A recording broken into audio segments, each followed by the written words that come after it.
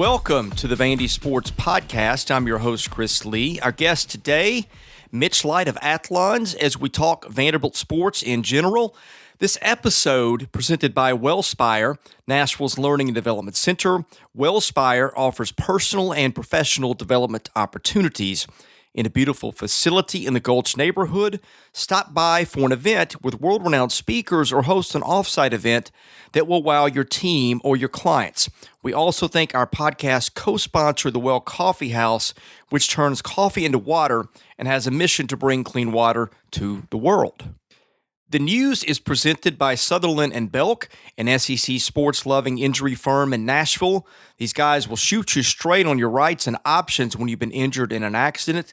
Call them at 615-846-6200. They will answer your questions, or you can visit their website at sbinjurylaw.com. Vanderbilt and Missouri start a 3-game baseball series on Friday night at Hawkins Field at 6:30. Saturday's first pitch is at 2 o'clock Central and Sunday at noon. All 3 games can be seen on the SEC Network Plus. Our guest line is brought to you by Boll & Branch, started in 1999 by Vanderbilt graduates Scott and Missy Tannen. I've slept on these sheets for years. They are unbelievable. I had no idea how comfortable sheets could be, how well you could sleep until I got these. They are fair trade certified, which means they're made under safe conditions by men and women who are treated and paid fairly. Try them for a month. You can return them for free, but you're not going to want to. And if you get the sheets, and if you have the sheets already, try the mattress, which was voted the best mattress of 2018. Go to bollandbranch.com. That is spelled BOLL and branch.com. Enter the promo code VANDY to get $50 off your first set of sheets. Mitch Light joins us now. He is, of course, with Athlons in his day job. He moonlights as the sideline announcer or reporter. I can't remember which title we settled on, Mitch, for the football team. But anyway, thank you for joining us. Good to have you again. Thanks, Chris. I think it's sideline reporters. I don't even know if it's an official title. I don't even know if they have official titles. So I'm not as we've talked about, I'm not up to the field analyst status like the Todd McShays of the world. I'm just a sideline guy, but it's fine. I enjoy it. We take what we can get. Exactly. Let's start with basketball. It's been a busy week, or busy couple weeks actually, for Jerry Stackhouse. Of course, he names David Grace his assistant a few weeks back. That is appearing to pay a lot of dividends right away. They reaffirmed the Scottie Pippen Jr. commitment. They get one from Kenyon Martin. They get one from DJ Harvey. Your thoughts on what's going on so far? Well, it's always, I had someone ask me about, these players, are they any good, these guys that Vanderbilt's signing? And, they're not rated high and all that. I said, you can't judge, or a staff's recruiting right after they get hired in the spring. It's pretty much slim pickings. Now, there's more available guys now than there probably was years ago because there's more transfers and there's grad transfers and there's maybe not as many kids signing in the spring. So for the most part, you kind of pick up what you can get.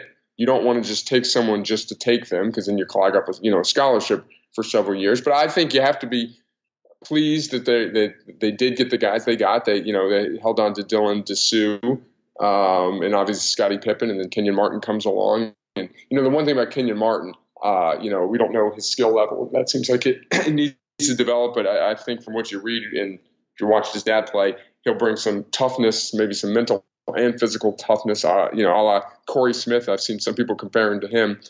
If he's half the player Corey is, he's going to be a pretty good player. So I think it's been a positive development that they are filling up spots on the roster. DJ Harvey was a top 75 recruit coming out of Notre Dame. Struggled this year, with his shot on a Notre Dame team that was not very good, had some injuries. So, you think maybe his shot selection could improve. So, there's, like you said, it's been a lot of activity. It beats the alternative. I think David Grace turned out to be will be a good hire. So I think so far so good, but I'm not going to sit here and say any of these guys are going to be all SEC players. But it looks like they're clearly guys they want, or else they wouldn't give them a scholarship.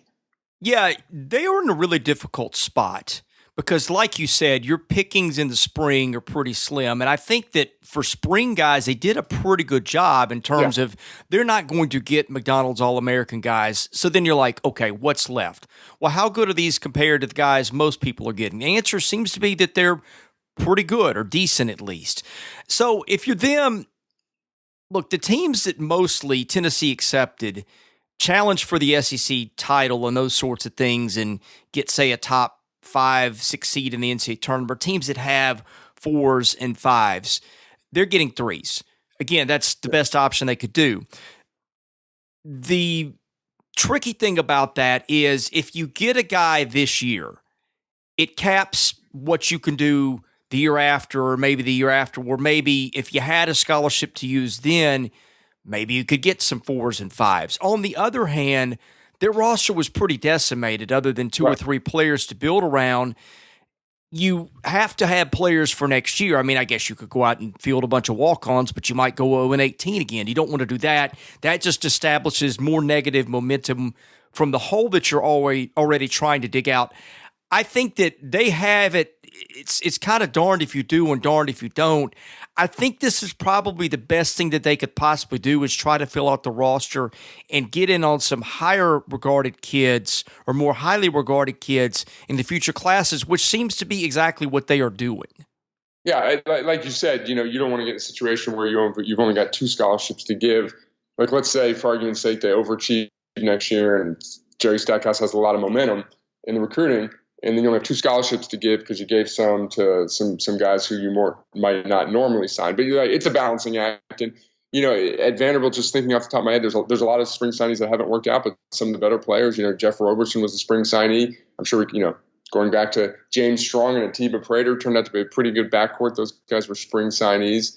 I think Jeff Taylor was a spring signee, but he was pretty highly recruited. He was sort of a unique because he only played 2 years of high school basketball here in the U.S., but he might be the best of the spring signees. So it's not like none of them have panned out. Yeah, Taylor was undoubtedly the best of the spring signees. Any more thoughts on basketball before we move on to baseball? No, but just real quick, kind of what you were talking about as far as slim pickings. I had our current college basketball coach once tell me, he said, if I had a son that was over 6'8", I would not let him sign in the fall because anybody with size in the spring, you basically bump up, in coaches and programs' eyes, you probably bump them up a star level or 2 as far as their level that they'll get recruited. Yeah, that's a great point. Well, let's talk baseball for a minute. It gets really interesting. Arkansas made the weekend a little bit more interesting by just waxing LSU in the opener of that series last night. So the Razorbacks a half game behind Vandy. Just kind of thoughts on where things are for the Commodores in the SEC race at this point, Mitch. Well, when you've swept 3 straight series in the SEC, which I don't care who you're playing, that's very impressive. 2 on the road. So yeah, it's hard not to like where this team is right now. I thought Tuesday was as impressive of a win as you've seen maybe a couple of years from this program. Except obviously some of the postseason games last year, just a real complete effort. I'm sure early in the week, I haven't had a chance to listen with New York Dora. I'm sure you talked about AJ Franklin. I thought that was a great spot to put him in. I was on a group chat with some people and they were shocked that Franklin got the opportunity. I was like, hey, this is a good spot. If he doesn't get it done, so you'll lose a road game at Louisville. There was the risk reward there. The gain was far greater, and what they gained was a solid performance from a kid who has been thrown pretty well but hasn't had a lot of opportunity. And then I'm not going to sit here and say just because of that one performance at Louisville, he's now at the top of the bullpen. But he's a trusted arm, and his stats might not. He pitched better than the stats. He gave up 3 singles. 1 was hard hit. That was it. 1 was just a not hard ground ball between first and second. 1 was that infield hit. So I was impressed with everything about him. I thought they got a huge hit from Harrison Ray, obviously. And again, just pretty complete team right now. Things we've rehashed. Do they have? Is there the guy that you feel in the starting rotation that you're confident every time out he's going to give you 6 innings and 2 or less runs? No. A lot of them have been doing that, but there's not that confidence level in that elite starting arm. But other than that, there's Chris, a lot to like with what's going on in the past month with the baseball team. Well, they have 11 starting pitchers or 11 pitchers who have all thrown 10 innings or more this year. The starting rotation, it's not great, but it's good if you include Mason Hickman in that. Each of those guys is capable of going 6 innings. It probably as often as not. Maybe Raby is the guy that scuffles to get there, but he gets really close if he doesn't go 6. He'll go 5 or 4 2/3 or 5 2/3 or something like that. At least he's going to give you a quality outing most of the time. Then you go behind that, you got Tyler Brown, who in the closing role is as good as just about anybody has, I think. Ethan Smith has been really good. They've been able to extend him lately. A.J. Franklin has pitched well, as you just noted. Then behind that, they've got Fisher and Eder, who have been rocky at times, but you're talking maybe 8, 9 arms for them compared to most people's. They're really good. I mean, how many teams have an 8th or 9th best pitcher that can get it up to 96 and is hard to hit? So that, and then you throw in maybe Zach King and Chance Huff. You've always got the chance to catch lightning in a bottle. Then who knows, maybe if you get Jackson Gillis right. My point is, we can nitpick the arms all day long. We have most of the year. Those points have been fair, but I think they've got enough. Yeah, one thing that, and I might be speaking, this might not make too much sense. And if I was in a room with Scott Brown and Corbin, they might laugh at me at this, but the thing about Hugh Fisher, he has been, and I don't have the numbers in front of me, just anecdotally watching, he's been devastating on lefties. So maybe A.J. Franklin's emergence kind of jumps Fisher on the lefty out of the pen if you need an inning, 2 or 3 innings. And then Fisher just becomes that lefty specialist to get maybe 2 or 3 outs in a row, if that's the case. I don't know if that really makes sense, but if you put Fisher up against just lefties, I'd feel a lot more confident. And then A.J. Franklin, the other day got righties and lefties out. The one that I don't really know what's going on with right now is Eder. The last time he pitched was, which game was it against Auburn? It was one of the Auburn games. I guess it was the one they won 9-5, which would have been game 3. And he didn't pitch well. He pitched an inning and 2/3, gave up 4 runs, all earned. Only walked a guy, but gave up 4 hits. So most of his runners scored, so maybe an element of some bad luck there. But he's the one who's interesting because it seems like he doesn't pitch every weekend. They seem to prefer using him maybe coming in the 6th or the 7th. A lot of times when they go to end game 8th, maybe 9th, it's Fisher the guy they like, and Eder is the guy that they like to use earlier. I don't know what the reasoning for that is, but it's interesting. I've noticed they don't seem to really bring Eder in late in games recently.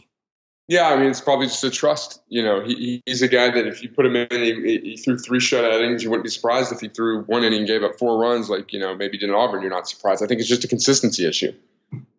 Yeah, and I'm looking, the last time he threw before that was, good grief, it was a while. It was Arkansas, game 3, and he didn't pitch great in that one either. So he's a guy that, I'm not saying this would happen, but wouldn't shock me if in an SEC tournament game you started him and he gave you 5 good innings. He's obviously got that in him. I think Mason Hickman, assuming Vanderbilt obviously has the bye on Tuesday, Wednesday, I would think Hickman would be the starter, and then maybe you go with someone like Eder to keep your weekend guys on the weekend. Yeah, and the situation he was used there, also he came on in the 6th inning. So again, it's that same spot they used him. I think they used him maybe to try to close that Austin Peay loss. It seemed like he was one of those guys that gave up runs late and then just hasn't pitched as much in that situation since, it seems. Yeah, I was at that game. I just remember Gillis pitching. A.J. Franklin pitched too. That was bringing a lefty to not getting out. That's what seemed to happen that game. Yeah, and looking back, he closed the Pepperdine game, game 2 of that doubleheader they played. So it does, again, seem like there's been a change in where they use him. Let's move on. Let's talk about, man, I don't know what left we can say about the lineup. They just continue to hit. They, I think, now lead the SEC in runs scored in league games, and again Missouri's got a really good pitching staff, but they've got one of the worst in the league next week. And I don't know what you can say about the lineup that we haven't said already. It's just been incredible what those guys have done.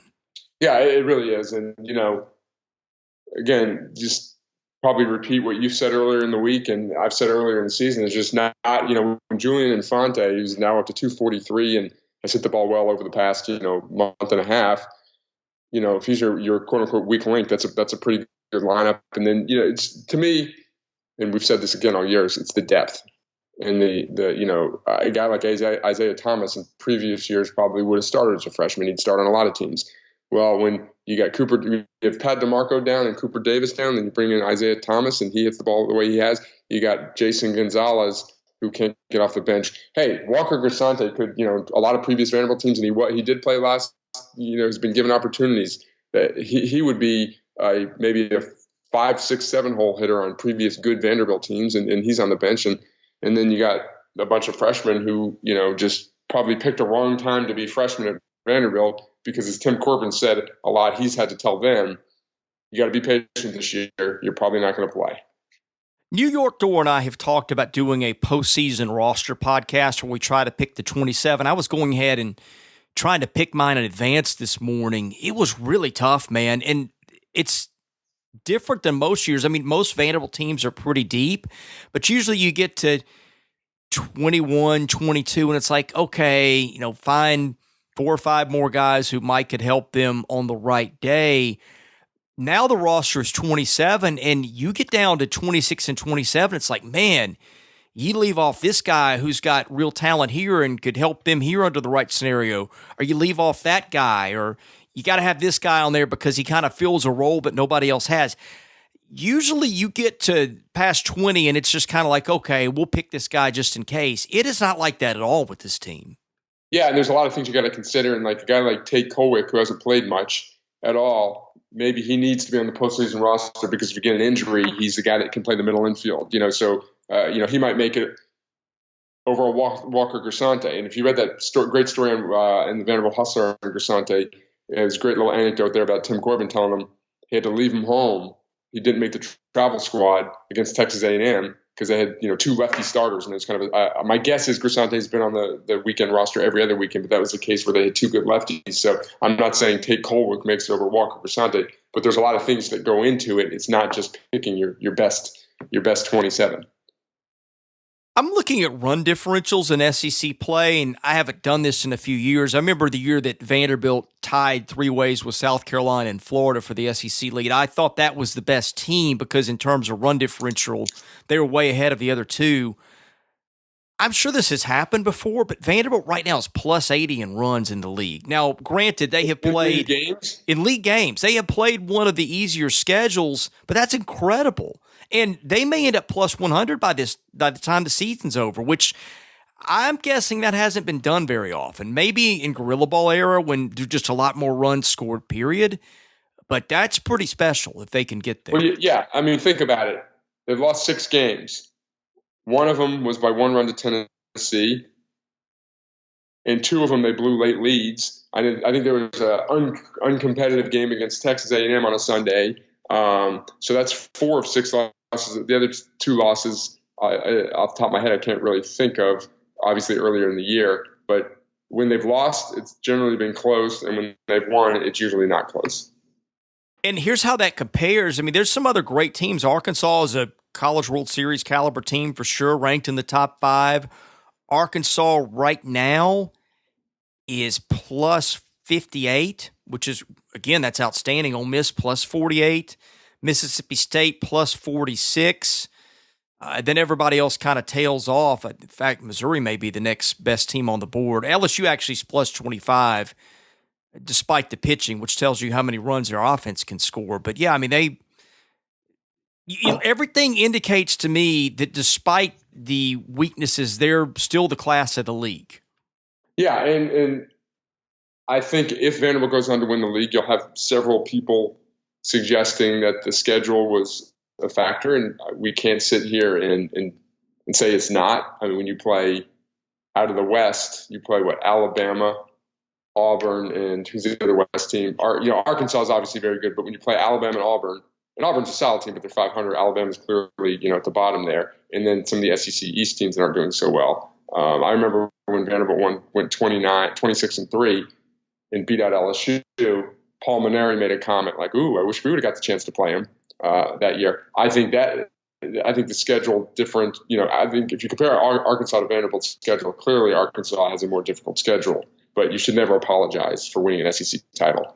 Well, and there's always going to be a year where you get the tough end of the schedule, and maybe you don't finish as well. And maybe if you look back to the 2014 or 15 teams, I wonder if that would be the case. I mean, that always happens. A lot of times I look at who's winning the league, and it's the team that got the easiest slate. And, I mean, that doesn't really change anything. It's a great team anyway. Now, Mississippi State's the team out of that bunch. They didn't play State, Ole Miss, or LSU. State's the team that I think just scares the daylights out of me with the way Small is throwing on Fridays, the way they can hit. Ole Miss has been really good. I don't know if Ole Miss is quite as good as it's been, but it's played pretty consistently. And LSU, the team that the pitching has just gone missing lately for them, and I wonder if it could collapse for them, but the bats are so good, and they're so good in postseason, I wouldn't write them off yet. But LSU was the team that we said, okay, that's the team you kind of want to miss in preseason. Now it appears they're kind of more middle of the pack SEC. Yeah, I mean, things change so quickly. Those standings, Ole Miss got swept at they swept someone, and they went up to Arkansas and got swept, and they won a series at LSU. The key is not getting swept. You can pretty much tread water, kind of hold your place in the standings, even if you lose 2 of 3. But getting swept kills you. So yeah, the West is fascinating. It really is. And Arkansas, I was watching some of the game last night there. Obviously rooting for LSU there, but Arkansas. Ever since they left Nashville, I mean, those first 2 days, Arkansas did not look like a good team, and then they rallied. I guess that comeback win against Vanderbilt turned their season around. I've been looking ahead and trying to figure out, okay, how might they get paired in regionals? You can go on the NCAA's website, and it says geography is first priority. So, like, if Belmont wins the OVC tournament, you can basically expect Belmont to get shipped 2 miles across town to Vanderbilt. That's probably how it's going to go. It does say that they will balance regionals and move teams out of geography in order to balance, but I would think that the starting point would be what are the teams that are really close and start with that. In other words, they might give them an easier 2 seed if they give them Belmont, which is probably a middle-of-the-road 4 seed. But what's going to be interesting, so much is going to be affected on their draw by what happens other places, and particularly in the Pac-12.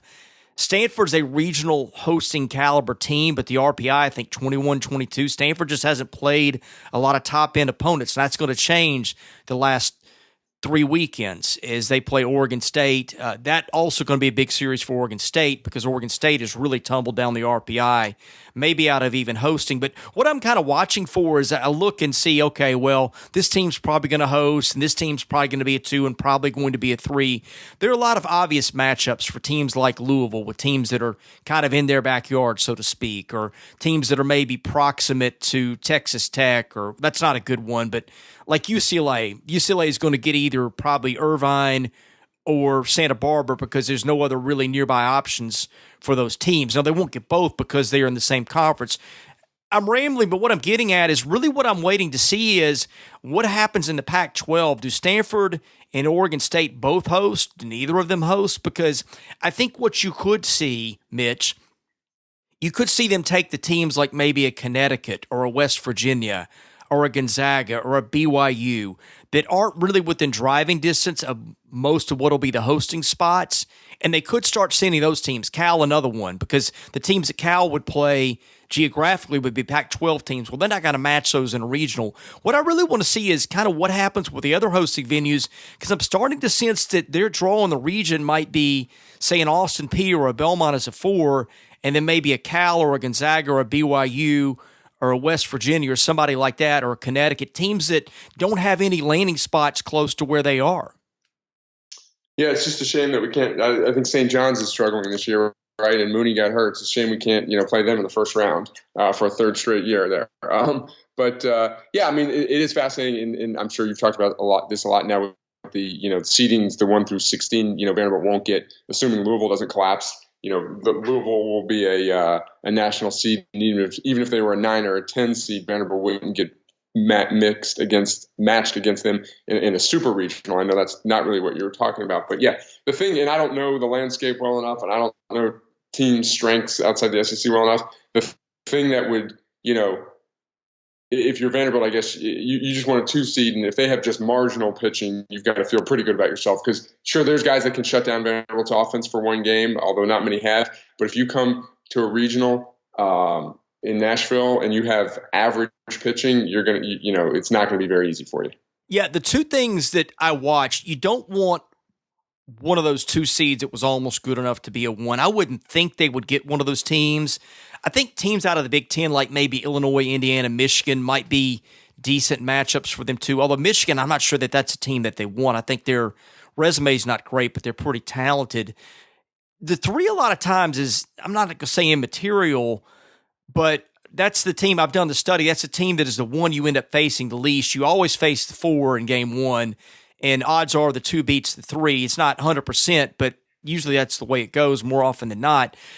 Really what I'm watching to see is if they don't get one of those tough seeds and don't get one of those 4s that's got an ace, that's what you want, one of those kind of draws. The other thing that would be interesting in the 4 is, let's say they send them a tougher 2. I wonder if they do balance that out by, and the OVC is the other thing too, because if Belmont or Austin Peay doesn't win, some of those teams that could win that tournament are closer to Louisville.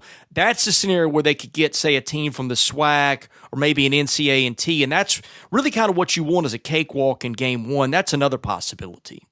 Yeah, you want a stress-free opener where you're up 6-0 after 2 or something like that. So, yeah, I mean, I Selection Sunday, it's not Selection Monday, I guess. It's always fun to watch. I mean, there's so many different combinations out there. And like I said before, I think it's great that they're actually doing it more on an S curve than they used to do. So it's fun if you're Vanderbilt. You love the situation you're in. Obviously, Vanderbilt rarely has to sweat out Selection Sunday, but the fact that, barring losing every game that they're going to be a top 8 seed, it's a little less stressful. Yeah, exactly. You kind of know that you're going to be home. And like you said, unless they lose every game remaining, and even then I think they'd get a host. They would get a host. They probably wouldn't get a national seed in that spot, but just win 2 or 3 more, and that's basically assured if those come in the regular season. Mitch, let's talk football for a minute. Are you done with Athlons yet, or how close are you? We're done with the college football magazine. Yes, we shipped last week. So it's being printed out on newsstands May 21st. Where did you go in the SEC East? What was your order of finish? I can't give that away, Chris. Of course you can. I cannot. The editor of our website, I'm sworn to secrecy. Oh, gotcha. Okay, so there's a reveal coming that's just not happened yet. Yes, we can talk about it in great detail in a few weeks. Okay, well, give me some of your tougher calls or anything like that that's interesting that you can share. I'll tell you that the SEC East, the bottom 4 teams, we debated a lot. I'll tell you, we have Missouri 3rd. You can figure out who the top 2 teams are. I think that the next 4 teams, you can make an argument for any one of them. South Carolina is a good team with just an absolutely brutal schedule. Kentucky's a team that lost a lot from last year on both sides of the ball. Tennessee, I know a lot of the analytics and a lot of people nationally are higher on them. I don't see it. And then Vanderbilt's a team, obviously, that has a lot going for it offensively. Got to get better on defense. But I'd say nationally, one of the more difficult decisions we had was in the SEC West, obviously picking Alabama first. LSU versus A&M was a huge debate in our office. That's one we spent a lot of time on. I don't envy you on Tennessee because Tennessee is everybody's darling right now. But I'm with you, and maybe it was my last glimpse of them that I was like, really? That's a top 15 team? Like some people have got them pegged. On the other hand, they did beat Kentucky and Auburn, and although those were kind of weird teams, but that's one that I would think that Tennessee would be one of the teams that you probably spent the most time debating. Yeah, no, we did, definitely. I mean, they still have talent on the roster. And I'm kind of with you. I saw them at their absolute worst in person. They were not competitive in that game against Vanderbilt. And they're what makes it so difficult is you can point to 2 wins over top 25 teams at the time, convincingly, killed Kentucky and won at Auburn. But then they also lost 6 games, I think, by 25 points or less. So that shows a lack of, I don't know, obviously a lack of consistency, but a lack of consistent effort, which is something you don't want to see. Mitch, thanks for joining us today. Tell folks where they can find Athlons, where they can follow you on Twitter. I'm at Mitch at Athlon, or I'm at Athlon Mitch on Twitter, and then our Athlon Sports College Football magazines, like I said, will be out on May 21st. Got a great SEC mag cover with Keyshawn Vaughn. As I tell Vanderbilt fans, keep buying those. They sell pretty well. As long as people keep buying them, we'll keep doing a Vanderbilt-only cover for sale in Nashville. But you can buy them at our website, athlonsports.com/store.